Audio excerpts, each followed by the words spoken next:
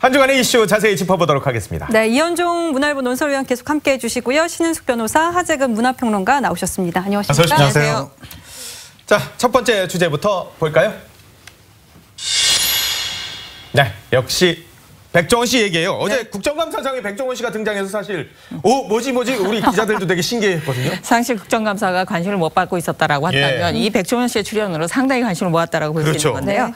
산업통상자원중소벤처기업위원회에서 그 백종원 씨를 참고인으로 불렀습니다. 갑자기 무슨 참고인인가 했더니 자영업자들을 살릴 해법을 들어보자라는 취지에서 백종원 씨를出席시켰다라고 하는데 현재 우리나라 자영업계가 이제 운영난을 많이 겪고 있는데 그것에 대해서 이제 국회가 이제 질문을 하게 된 거죠. 국내 외식업의 프랜차이즈에서 가장 큰 문제가 무엇이냐 이거를 묻고자 이제 불렀다라고 합니다. 이에 대해서 뭐 백종원 씨는 간단하게 얘기했다라고 합니다. 인구수 대비 매장 수가 너무 많다. 그러니까 수요와 공급의 원리에 의해서 공급이 넘쳐나니까 사실 운영난을 겪을 수밖에 없다라고 한마디로 정리해서 얘기했다라고 합니다. 네, 백종원 씨의 말을 조금 더 들어보시죠. 지금 대표님께서 방송에서는 주로 서울 쪽 업체들만 많이 나가더라고요. 그래서 지방에 있는 업체 좀 왔으면 좋겠고 특히 여수에도 청년몰 하고 있는데 잘 안.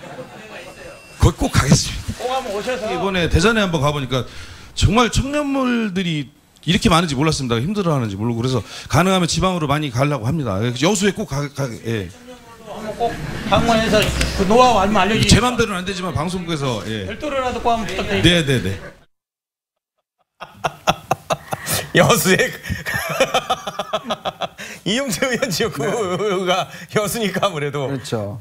예전에 그 아마 아시겠지만 조윤선 의원 청문회 나왔을 때 증인 예스 아니면 노로 대답했어요. 이제 그 장면이 기억이 나는데 저는 뭐 다른 문제지만 일단 하나 지적하고 넘어갈게. 왜 백종원 씨는 서서 대답하고 국회의원들 앉아서 질문합니까? 그러니까 저게 저는 참고인이에요. 저게 지금 무슨 증인으로 나온 것도 아니고. 그렇죠. 참고인이죠. 참고인을 저렇게 세워놔도 국회의원들 앉아서 질문을 하고 따지고 저거는 사실은 참고인에 대한 예의가 아니죠. 조언을 받기 위해서 그렇죠. 사실 모신 거잖아요. 모신 사람을 저렇게 세워놓고 질의응답을 한다는 것 자체가 국회의원들의 저는 굉장히 권위주의를 보여주는 것 같고 그 일단 백종원 씨 이야기를 보면 역시 어떤 전문가의 좀 그게 드러나는 것 같습니다. 결국에 우리가 골목 상권을 살리자 무슨 뭐 이야기를 하지만 그것도 철저히 좀 구분해야 된다. 먹자 골목이랑 구분하세요. 그렇죠. 먹자 골목 하는 거하고 골목 상권하고 이런 차이가 있다. 실제로 그 먹자 골목 같은 경우는 굉장히 고수익을 올리는 분들 아닙니까? 근데 이제 골목 상권 같은 경우는 이건 좀 소상공인들이고 그렇죠. 그리고 우리나라의 지금 상공인들 비율이 26%입니다. 외국에 비해서 현격하게 높아요. 그리고 시장 진입하는 게 사실은 굉장히 그 진입을 해서 지금 보면 거의 진입한 사람의 90%가 망한다는 거 아니겠습니까? 이제 그렇기 때문에 너무 쉽게 진입한다. 최근에 저는 백종원 씨 프로를 즐겨보는데 거기 이제 분들 보면 진짜 음식을 먹어봐도 너무 맛없는 음식을 하시는 그냥 막 문을 여는 거예요. 근데 그래도 장사 안 되면 이게 왜 안 되지? 근데 백종원 씨 가서 먹어보면 이게 도저히 팔 수 있는 음식이 아니라는 거예요. 그러니까 정말 음식을 제대로 알고 식당을 개업해야 되는데 너무나 저렇게 하기 때문에 그걸 정부가 무분별하게 지원해 줄 게 아니라 정부도 좀 더 가려가면서 지원해 줘야 된다. 이제 그런 지적은 굉장히 저는 귀담아 들을 필요가 있는 것 같습니다. 백종원 씨의 얘기 다시 한번 들어봅니다. 많은 외식업과 관련된 프랜차이즈점들이 어려움을 겪고 있다는 데는 동의하시죠? 네네네. 가장 큰 문제가 뭐라고 생각하세요? 사실은 비싼 임대료? 아닙니다. 너무 많습니다. 구조조정 우리나라가 사실 제가 조사한 바에 의하면 인구당 매장 수가 너무 많다고 봅니다. 과도하다고 봅니다. 시장 원리를 좀 따라서 어쩔 수 없이 도태될 수밖에 없는 자영업자들은 도태도 돼야 돼. 그러면 출점하는 거 이거 좀 제한하고 3, 400개씩 하지 말고 좀 제한해서 할 수 없습니까? 아니 사업하는 사람이 아니 이거 좀 너무 하신 거 아니에요? 아니 저희는 사실 가맹점을 잘 키워서 가맹점 사장님들이 잘 벌 수 있게 해준 것 뿐인데 그게 도대체 뭔 잘못인지 모르겠고 다시 한번 말씀드립니다. 골목상권하고 먹자골목하고 자꾸 헷갈리죠. 아니 강남역 먹자골목이 그게 어떻게 영세상인이 들어가는 데가 아니지 않습니까? 할 말은 다 하세요. 이거 이제 의원님들 그렇게 잘못 질문하시는 거 그러니까 국감장이 뭐 백종원 씨 그 뭐 강연장을 방불케 했다 이런 얘기도 있고 국회의원들도 전날은 여야 이렇게 뭐 신경전 이런 거 없이 상당히 화기애애한 분위기로 우리 지역구도 좀 방문해달라고 이런 이야기하고 좋은 분위기였다고 하는데 근데 우리나라가 자영업 문제를 이야기한다고 했을 때 자영업 문제 연구하는 분들도 많고 아니면 정말 힘든 사정에 있는 영세 자영업자분들도 많을 텐데 그런 분들을 모셔다가 좀 애로사항을 좀 듣고 그런 자리를 하면 어땠을까. 굳이 대형 프랜차이즈 영업하시는 분들 모셔다가 저분이 지금 자기 정당화하는 논리를 예를 들어서 뭐 우리 회사는 인테리어 갑질 안 한다. 뭐 내가 호텔업에 진출하려는 이유는 또 나름대로 좋은 뜻이 있어서 그런 것이다. 이런 얘기 했거든요. 뭐 괴인 홍보장 같은 느낌도 있고 그러니까 그러다 보니까 이번 국감이 뭔가 좀 부적절한 분들을 섭외하거나 심지어 고양이 데려놓고 이래가지고 벵갈 고양이 등장했죠. 화제성만 키우고 있는 것이 아니냐 그런 얘기가 나오는데 제가 봤을 때는 벵골 고양이, 뭐 선동열 감독 매우 부적절했다고 생각합니다. 근데 백종원 대표 같은 경우에는 매우 부적절까지는 아니고 상당한 전문성이 있는 분인데 굳이 또 이런 큰 그 대형 대표를 섭외했어야만 하는가에 대해서 약간 부적절까지는 아니지만 갸우뚱 그 정도의 느낌이 있는 것 같습니다. 알겠습니다. 자. 다음 주제로 가보도록 하겠습니다. 자, 다음 주제는요. 다음 주제 보여주시죠.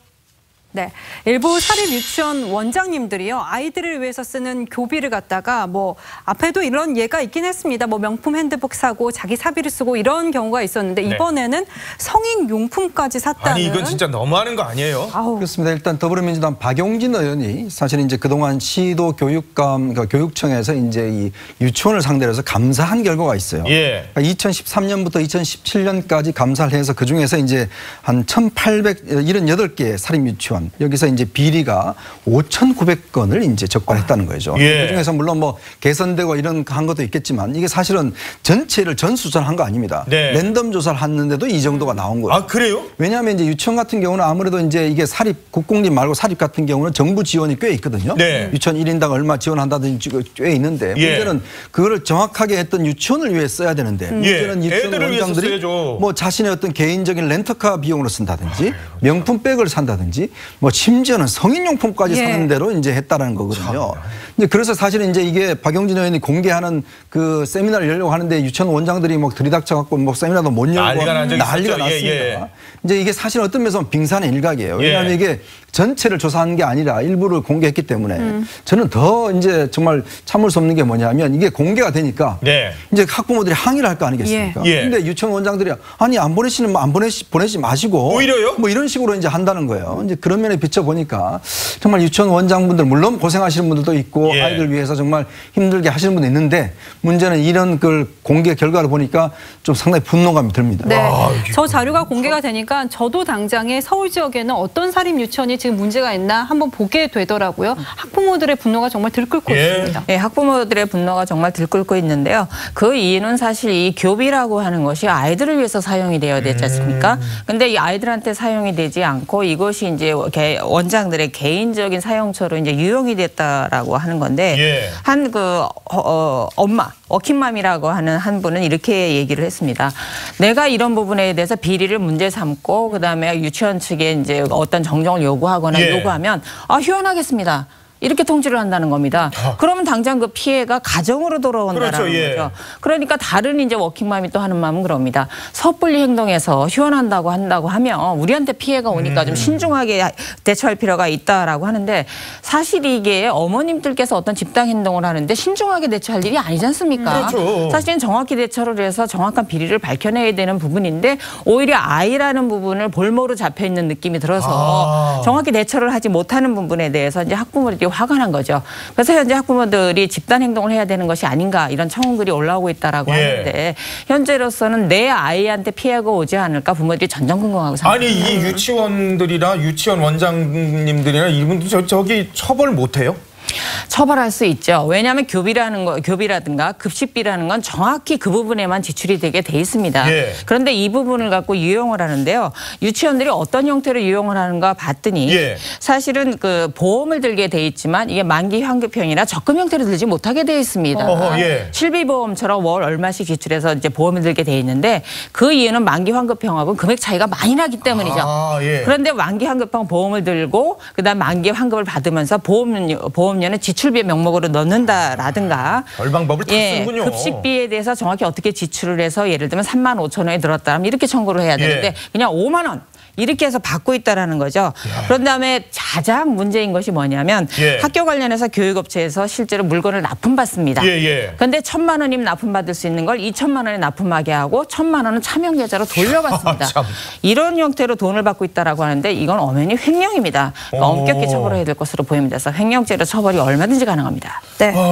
근데 이게 아까도 말씀하셨지만 애들 보내야 되는 엄마들 입장에서는 이거 참 뭐 유치원 옮기기도 그렇고 그렇다고 이거 뭐 지금 사실 되게 어려워요. 네, 그러니까 부모님들이 지금 이야기하는 게 옛날부터 일부 사립 유치원에서 뭔가 돈이 석연치 않게 쓰이는 것 같다는 심증은 있으나 소문은 많았는데 그렇다고 뭐 크게 처벌받는 유치원 못 봤다. 이런 분들이 많으시고 그다음에 일부 학부모님들이 막 이제 항의를 하면 그런 얘기가 있다는 거예요. 그렇게 믿지 못하시겠으면 아이들 빼세요. 보내지 마세요. 이런 식으로 대응한다는 거예요. 그럼 학부모 입장에서는 다른 데로 보낼 수도 없는 데다가 이거 내가 이렇게 항의를 했다가 우리 아이가 미운 털이 박혀서 나중에 불이익 당하는 거 아닌가? 이런 생각이 들다 보니까 학부모님들은 대응을 못하는 상황이고 그럼 그렇다면은 뭐 위에 그러니까 이 공권력 차원에서라도 관리를 해야 되는데 문제가 뭐냐면 국공립 유치원은 회계가 공개가 된답니다.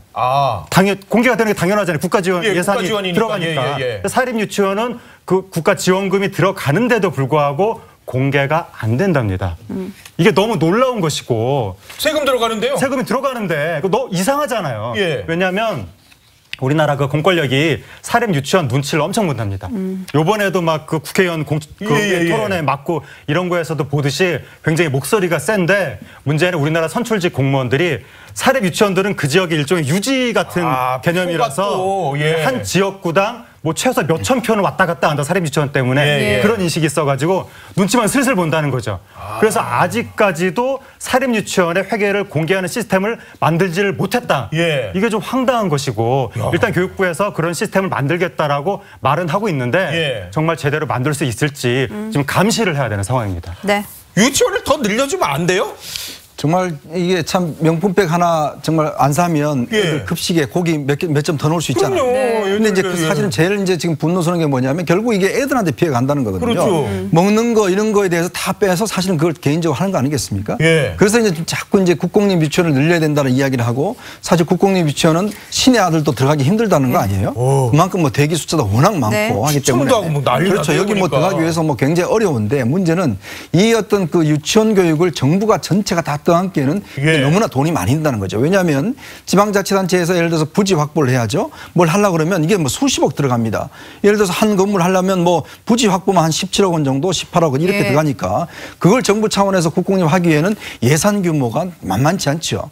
그렇기 때문에 사실은 지금은 거의 80%를 민간에다 이제 의존하고 있는 상황입니다. 그래서 거기에 지원금을 이제 주고 있는 것인데 그걸 국공립으로 전환하면 이거는 뭐 세금이 정말 천문학적으로 들어가기 때문에 그래서 이제 아까 말씀하셨던 어쩌면 돈을 주는 데 대해서는 분명히 감시가 있어야 되죠. 그럼요. 그러면 이 국회의원들이 정말 이런 부분에 대해서 입법화로 철저히 해서 예산을 공개하게 하고 그걸 홈페이지에 공개를 해서 학부모들이 그걸 확인하게 하고 그렇게 한다면 최소한 이런 비리 정도는 줄일 수 있지 않을까. 왜냐?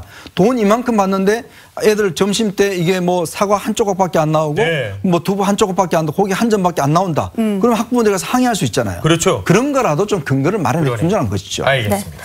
다음 주제로 좀 넘어가 보도록 하겠습니다. 결혼할 때부터 이 순탄하지 않았던 낸시랭 왕진진 씨 부부의 파경 소식이 들려왔는데 낸시랭 씨는 나에게 폭행과 폭언이 있었다라는 얘기고 또 왕진진 씨 같은 경우엔 낸시랭이 주변 사람들과 얘기를 하면서 내 말을 듣지 않았다. 이렇게 또 말이 엇갈리고 있습니다. 이혼 사건이 그렇듯이 또 그런 모습인 것 같거든요. 결혼도 떠들썩하더니 이혼도 떠들썩해요.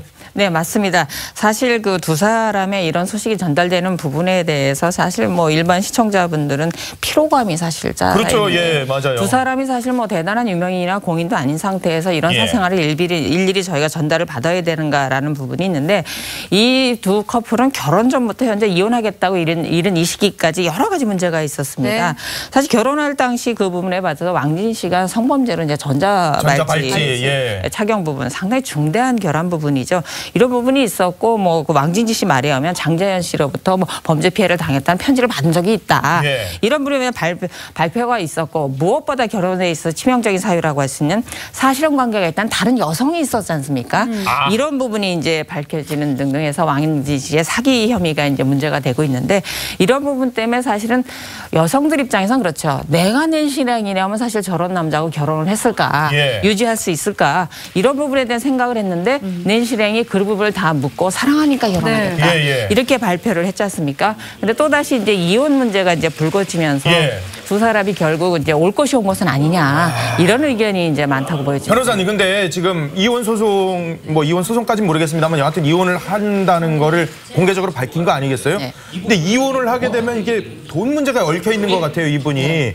낸 실행 소유의 그 부동산을 담보로 해서 4억 원인가 이 대출을 받았대요. 그럼 이 헤어지면 이 돈들은 누가 갚고 어떻게 해야 되고 이거 어떻게 되는 거예요? 사실은 이혼에 있어서 원칙적으로 재산 분할이라고 하는 건 현재 모아진 적극 재산에 대해서만 이제 분할을 하게 돼 있는데 그때 전제가 빚을 갚고 나머지를 분할하게 돼 있습니다. 그런데 이것을 빚이 어떤 경로로 발생했느냐가 상당히 중요한 부분인데 지금 왕진신 씨가 사업을 한다라고 하면서 낸 실행의 주택을 사채 등을 동원하면서 4억 원을 담보로 제공했다는 게 아닙니까? 그럼 이 부분에 대해서 이 빚을 누가 갚아야 하는가라는 문제가 발생하는데 낸 실행 씨와 은원호 씨, 왕진신 씨가 개인적으로 사용했다. 라면 왕진시 씨가 사실 이 부분을 다 갚아야 된다라고 합니다. 그렇지만 사실 다른 각도에서 보면 낸시행 씨가 왕진시의 사업에 투자하는 걸 동의를 했고 사실 이 투자에서 돈을 벌었다면 그건 나눠 갔지 않습니까? 그렇다고 하면 채무도 분할해야 되는 것이 맞아서 사실은 원칙적인 부분에 봐서 보면 낸시행 씨의 주택에서 그 빚을 갚고 나머지를 아마 상당 부분을 낸시행 씨가 가져가는 것으로 종결되지 않을까 이렇게 예상이 됩니다. 근데 또 낸시행 씨 같은 경우에는 폭행을 호소하기도 했잖아요. 근데 또 우리가 기억을 더듬어 보면 왕진진 씨 같은 경우에는 폭행 사건에 또 연루된 인물이기도 합니다. 네, 그러니까 왕진진 씨가 여러 가지 그 과거에 그 전과가 있다. 그리고 지금 현재도 사기 혐의를 받고 있다라고 해서 두 사람 결혼 발표 났을 때 많은 네티즌이 이례적으로 이 결혼 반대라고 공개적으로 막 의사를 표시하고 그래서 일부 매체에서 아니 남의 사생활을 왜 감나라 배나라 하느냐 우리 행복하게 잘 살겠다고 하는데 라고 했지만 역시 그 많은 사람들이 우려를 표명하는 데는 이유가 있었던 것이 아닌가. 그런데 낸시랭 씨가 그 남편 될 사람의 과거를 좀 충분히 알아보고 오래 사귄 다음에 확인을 거친 이후에 결혼을 결정했으면 좋았을 텐데 아무래도 좀 예술가라서 그런지 또 어떤 순간적인 어떤 그 사랑이나 열정 때문에 결혼한 것은 아닌지 사람들이 걱정을 했는데 결국 좀 이게 어떻게 보면 그 좋지 않은 예감이 맞아떨어진 것이고 그리고 지난달에도 두 분이 뭐 부부싸움을 해서 왕진진 남편 경찰에 신고하고 지금 뭐 기소 의견으로 송치됐다 이런 이야기도 있는데 그럴 때마다 낸시랭 씨가 남편을 감싸줬었거든요. 그 남편한테 어떤 사기 의혹 제기될 때마다 본인이 또 나서 변호를 해주기도 하고 그럼에도 불구하고 남편의 거짓을 자신이 알게 됐고 자신이 거짓을 알게 될 때마다 남편이 폭행, 뭐 감금 이런 식으로 대응했다라고 낸시랭 씨는 주장하고 있습니다. 그 주변 지인이 인터뷰를 했던데 생각보다 오래 살았다 이런 표현을 써서 참 당황했었는데요. 아무튼 뭐 잘 해결돼야죠. 세 분과 말씀 나눠봤습니다. 고맙습니다. 고맙습니다. 감사합니다.